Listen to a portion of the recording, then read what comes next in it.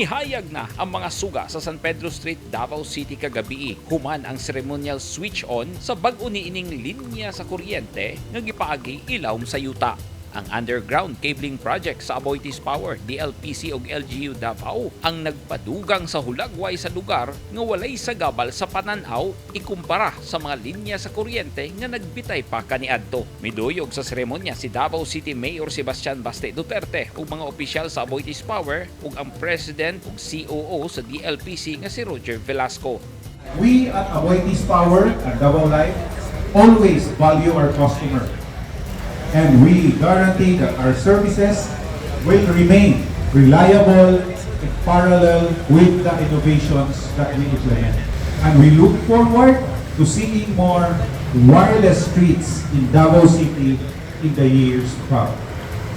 Kudos to the LGU of Davao City, to the overall project coordinator, the City Engineer's Office, and to all other participating utility companies. Mayor Baste, we present to you the new San Pedro Street.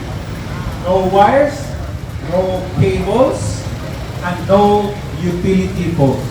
Alang kang Mayor Baste Duterte, hinlo na kaayo ang San Pedro Street kay wala na'y naglaylay nga mga wire sa kuryente o kable sa mga communication company. Personal sab nga nangayo og dispensa si Mayor Baste sa mga tao saglit sa pagsugod sa proyekto nakahatag kini og sagabal sa dagan sa trapiko.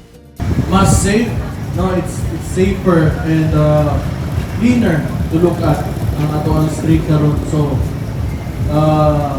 gusto man sa LGU, but if not for the willingness of Davao Light, dili ni siya mahitabo. O sa mga upan na nag-cooperate dire, ng mga utilities na nag-cooperate po sa Davao Light, salamat kayo sa inyong effort in making this city look cleaner and safer in terms of sa kanyang mga wiring nato natin para sa mga tao po. Kung sa pasensya sa mga tao, kay nanglan pa nato, pagsarado ato mga dalan, kinanglan po nato na may mga umadalan di magian, natay mga obstruction kaysa atong pag-improve sa atong infrastructure diri sa atong dakbayan.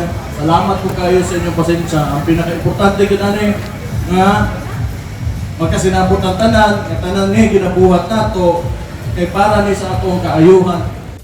Gawa sa San Pedro Street, naka-underground cabling na sab ang Claveria Street, mao nga lahos-lahos na ang pananaw sa mga tao sa mga tagas nga building. Nagpadayon sab ang ingon-ini nga proyekto sa Magsaysay Street, Davao City.